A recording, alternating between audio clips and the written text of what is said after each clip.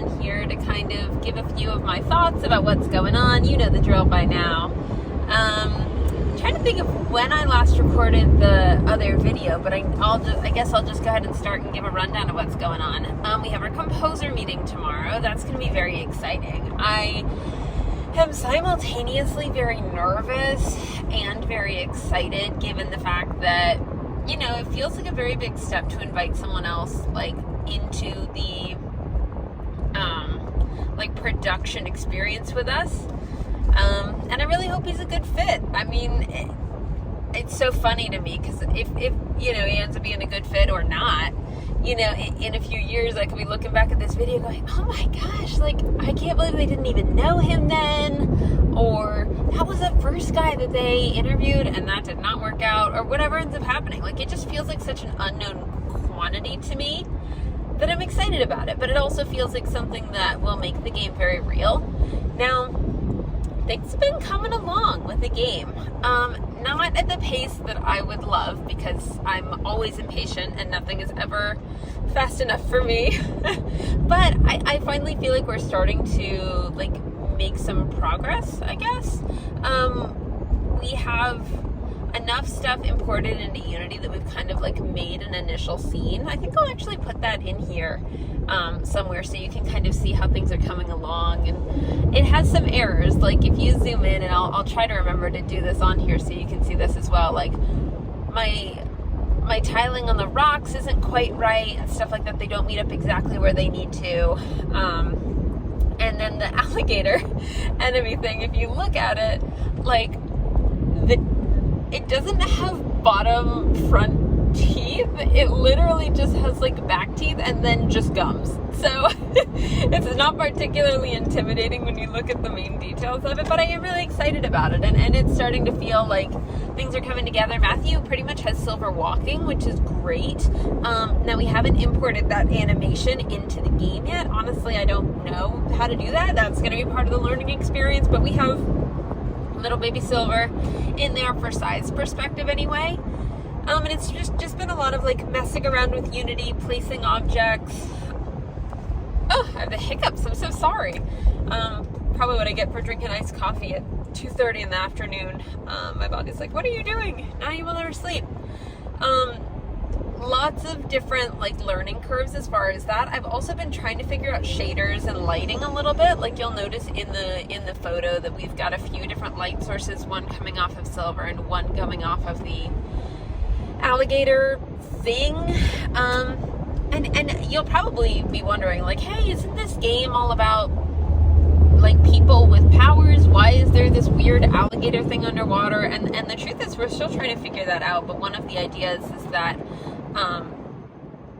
like the presence of vibrance in the world, and I don't know that I've like told you guys this, but vibrance, Vibrence, is at least right now what I think we're going to be calling like this mystical thing that is giving people powers, has also like impacted the ecosystem and animals and stuff like that, and has kind of caused these weird mutations.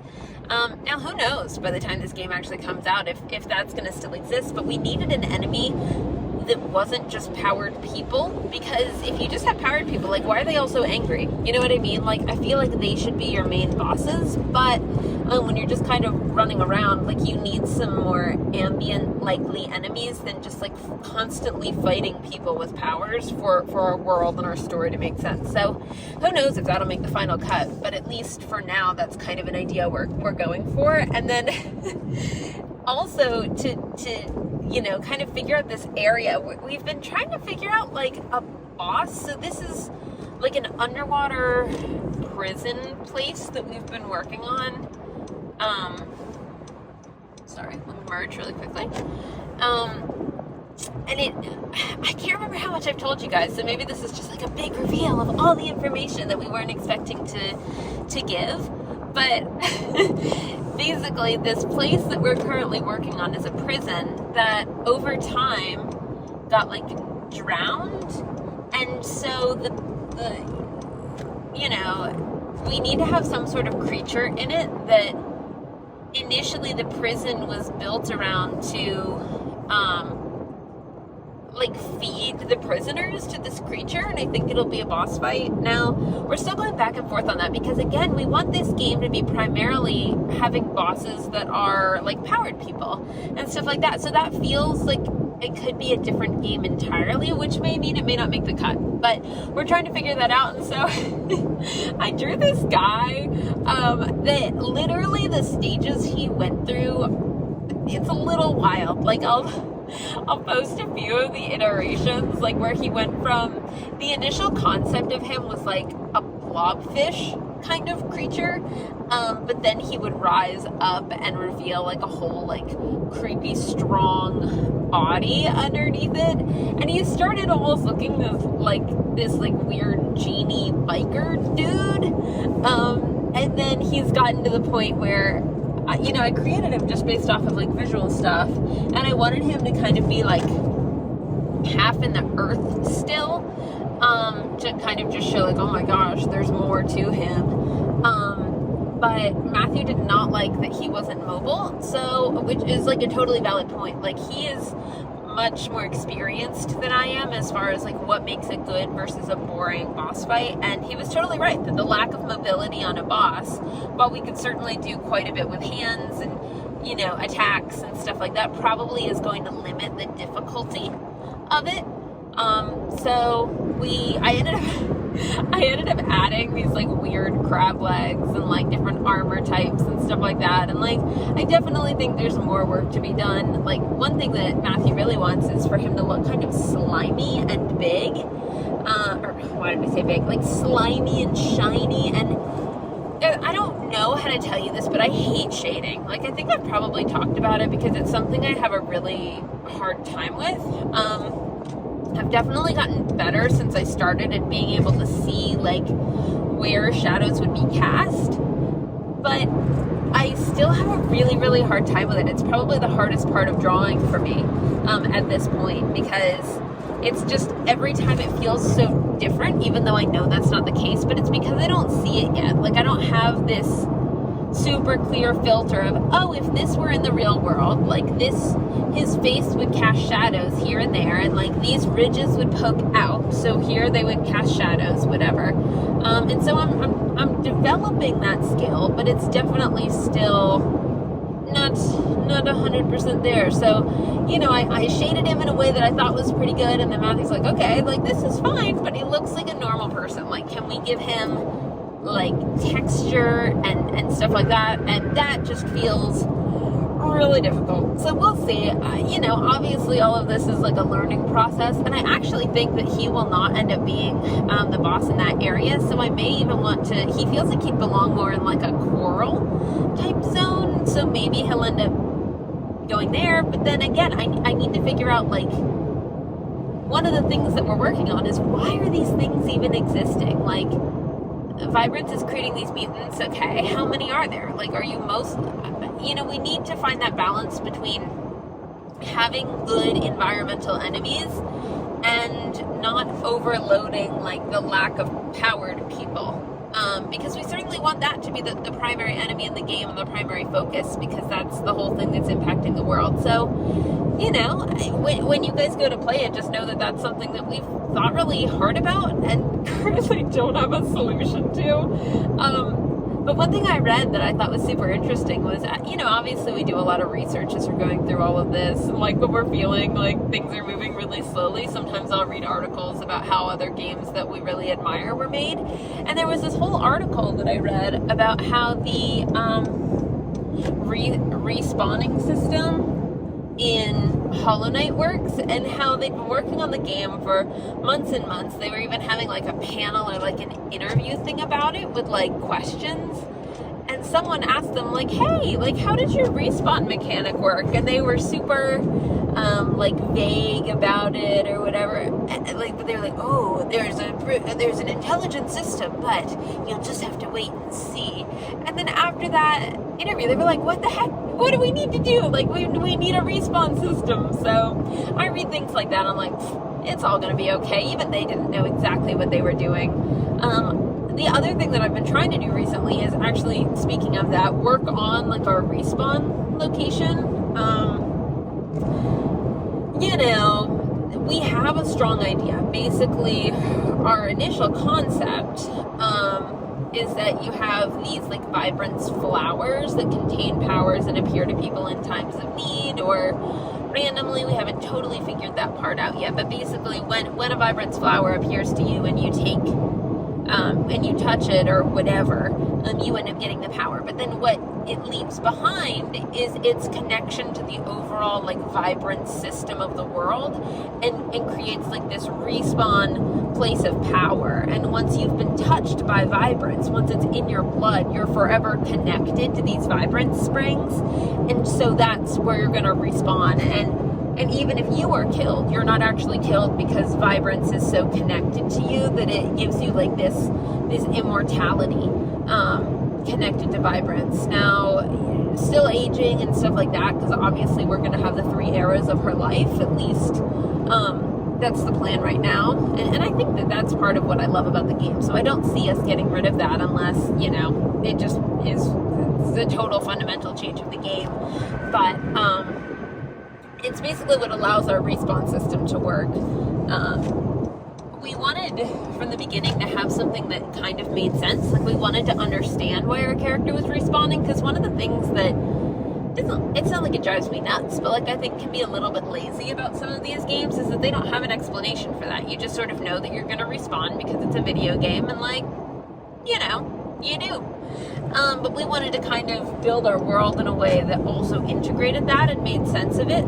You know, it's not perfect yet, but I think the fact that we're focusing on it and making it intentional and all of that hopefully will result in the product that really shows that we've put a lot of love and care and thought into this game.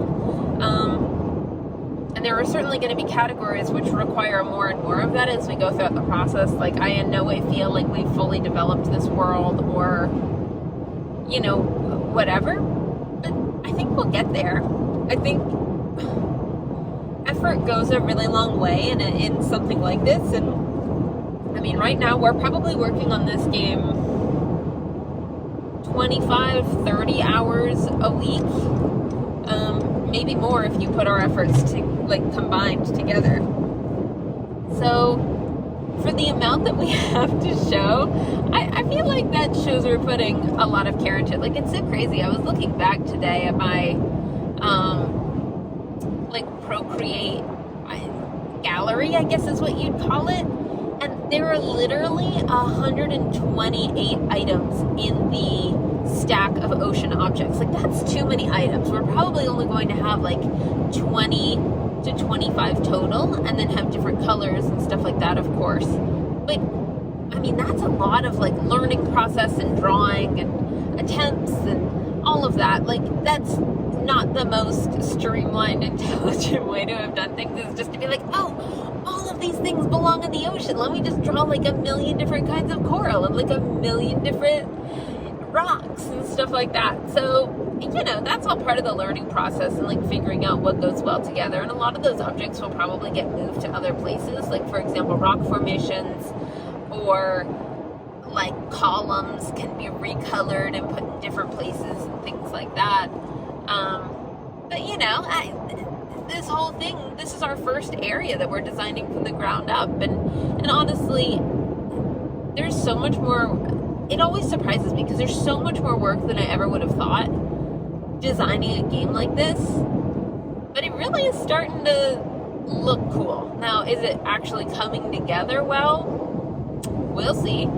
I'm going to feel a lot better when you can actually jump around an area, fight enemies in the area, like pick up items that open and close different spaces, because that feels like a real game, right? Right now it feels like we're like drawing a pretty picture and putting together all the different objects in the pretty picture. You know, it doesn't feel like a game yet, but I know that this is the first step on the way to that, and once we do it all for the first time, the second time will probably be a little bit faster, and then the third time will probably be a little bit faster, etc., etc. And we were actually sitting down to like make our document and stuff like that, and initially the plan for creating this, when we first started thinking about it, we were very optimistic, and we thought, okay, 2 years I think will be enough to make this game. Like, I think that'll give us enough time. But now, looking at it and talking together and like, look, you know, based on how long this has taken, our new idea is to hopefully be done by early 2025. That feels so far away, but it also feels like not enough time. So we'll just have to see. Like, as an indie company with our first game production, we could be totally off the mark. The optimistic side of me is like, oh yeah, maybe you'll be done in 2024. You have no idea. Like, maybe you're overestimating how much time it'll take. But to be honest, the truth is it will probably take longer. But what's funny about is that I kind of look at my life right now here in 2022 and go, okay, let's think about your personal life in 3 years. What does that look like? Like, I'm 25. I'll be 28 at that time. And who knows where life's going to be. Like, we could have kids by then or be thinking about it. My other job could be taking up a different amount of time than it currently is. Like, just who knows? 3 years is a really long time. And so to plan for something that far out and know, like, okay, if this is your release date, like, that'll be a part of your life that remains the same. It's just really interesting. So, the other thing we're planning on doing, this is such a sorry this vlog is all over the place, but if you guys didn't sign up for that content, like, why do you even watch these vlogs? That's kind of all that they are. It's just me left alone with my thoughts in a car for like 15 minutes, 20 minutes, whatever. So, you made this choice and now you're just gonna have to ride it out. But one of the things that I am, like, weirdly nervous for that we also have coming up is, like, Matthew and I have decided that now that we have a little bit to show for it, we're probably going to show our friends this. And I know obviously these YouTube videos have been getting published already, but that feels different, right? Because there's no chance that, like, people in our real lives are probably going to find this until we share it with them. Not that many people are finding it right now. Like, I think our first video got like 25 views, and then our second video got like 9 views, and Matthew's mom shared one of them, which really spiked it to like 15 or something like that. So no one is really watching these yet, but the fact that we're, like, sharing it to our friends, we're, like, trying to figure out how to soft launch it, because everyone makes games, obviously, right? To, like, just say, like, hey, we've been working on a video game is almost, like, laughable a little bit. I feel like I've got this weird chip on my shoulder about it. But the fact that we have something to show for it now makes me feel like, no, like, we've actually been working on this. Look at this. Because it feels so weird. It almost feels like a secret we've been keeping or something like that. And obviously, I'm spending a lot of time on this, and so is Matthew. So it feels like it's going to be such a relief to kind of let people know what's been going on and, like, why I can't jump on to play Siege, like, in the evening necessarily, or why I'm busy, like, not paying attention to cams when I die because I'm, like, furiously drawing in between points and stuff. So I'm excited about that, but I'm weirdly nervous because that makes it feel very real to me in a strange way. Like, our families already knew we were doing this, and, like, obviously Eric already knew I was doing this, but our friends who we play video games with, who I feel like will be our best, like, critics or, like, source of information and, like, opinions on this, we're gonna rip off the Band-Aid and tell them, I think tonight. So maybe in my next video, if I remember, I'll talk about how that's received, and we'll see. Maybe I'll have a broken heart the next time and they'll all mock us ceaselessly, but I'm really excited about it because I'm actually, like, people who don't play video games, a couple of my friends already know, and I've been getting some opinions. Like, I have a friend named Kayla who does her own art and stuff like that, and I've shown her a couple of things, like the boss that you guys saw in as many iterations, just being like, hey, how do I make this less horrifying looking? Like, because all the enemies I can draw are, like, just kind of gross. Like, I don't even know. I feel like it's my love of, like, Stephen King and stuff coming out. Like, I am a generally very happy,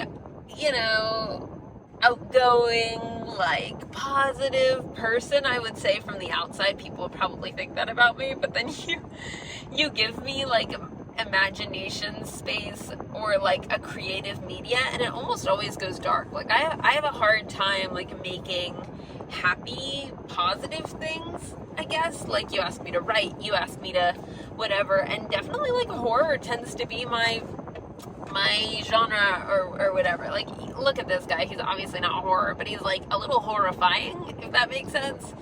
I'm certainly not finding that anything I've been drawing is like super normal or happy looking. Like I have a really hard time with people because they just look too, like, number one, drawing people is really hard. But number two, like, they're almost like too boring or something like that. Like if I can't make it like a little crazy, it doesn't look so real.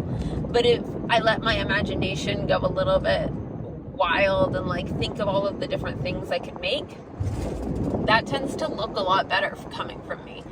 So maybe it's just my destiny to draw weird, horrifying things. And I don't know if they're off-putting or not. Like, I would love, if there are actually strangers watching this, like, you've now seen one of the weird, like, at least initial drafts. You know, not polished, not whatever, like, not game ready. But you've seen an idea of an enemy. Like, what do you think?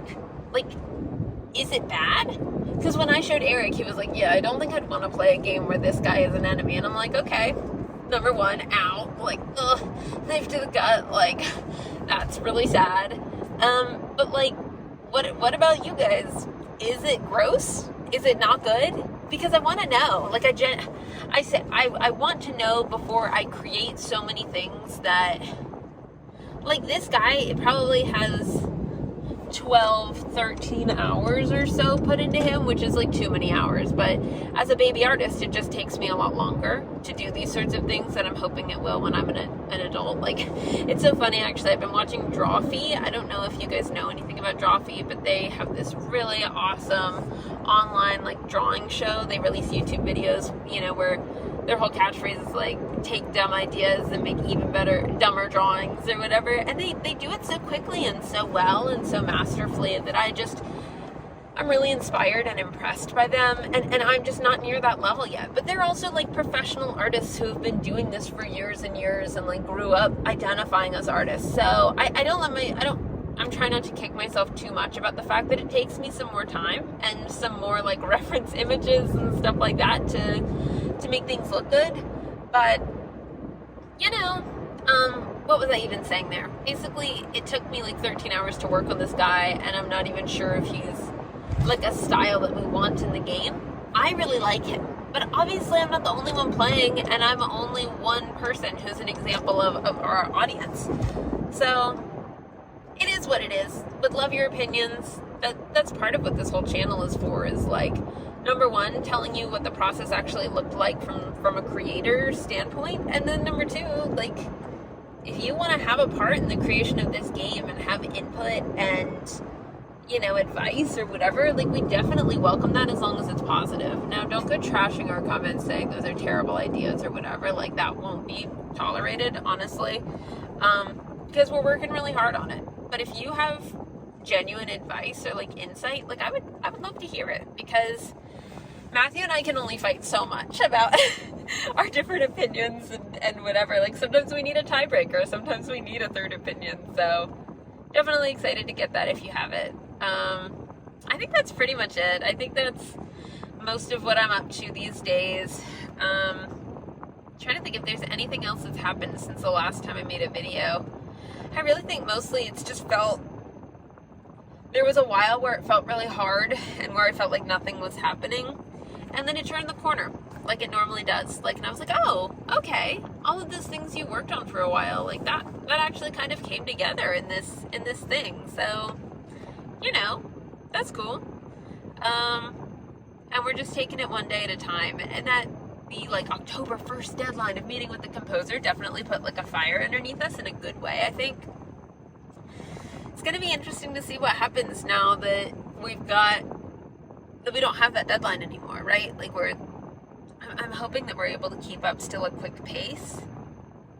It still preserves like a successful amount of integrity and whatever. Like, I know one thing I've been driving Matthew crazy with is that I like to do things very quickly. I'm not a strong editor. Like, what I really like to do is, like, you give me something and I'll do it, and then he asks me to change something about it, and that like breaks me, which is not okay, right? Because obviously doing things the first time is not going to be perfect, but it's just so much harder for me to like redo a project than just start one and get one done. Like, I can start a project, no problem. Oh my gosh. And I'll even get it to a point where I feel that it's finished. I'm really good at working until I feel that it's finished. But then if you have negative feedback or changes made or whatever, the editing process like sucks my soul away and makes me feel really sad, right? Like, it's like I put a lot of work into something and now just because someone else doesn't like it, I'm having to redo it. Now, again, I think at the end, he always has good advice. You know, like he definitely always makes the things better.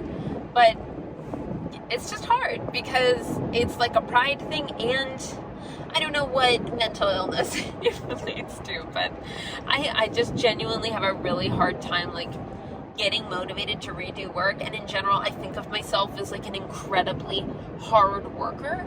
So it's just a strange dichotomy, right? It's something I need to improve about myself, that like it's okay to edit things, and it's just as valid to spend time editing things that as it is to begin our project and get a first draft going. And like I even think of like as an English major in college, like I would do things the first time and I'd go, yeah, that's really awesome, you're pretty much done. You know, I'd go through and like make some edits, but it wasn't like I was like a super heavy editor. I think that's just something that I've been that way my whole life, and I don't know if that's like ego talking in a negative way where it's, you know, I'm assuming that the first time I do something it's like already awesome. I really think it's more than that. I think it's almost like it's a different kind of motivation behind editing and creation, and I have really strong motivation behind creation, but I have a harder time with editing. Whatever, let me know your thoughts about that.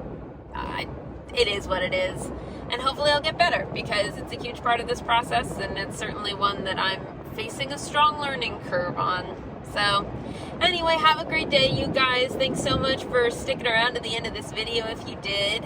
And if you didn't, well, you're not here to hear it anyway. So thanks for following along Studio Grumble's journey. If you are feeling like liking and subscribing, you please do that, because, you know, it'd be really cool to build a cool group on here. And if you like rambling car vlogs, I promise we got them. You know, that's like all we've got.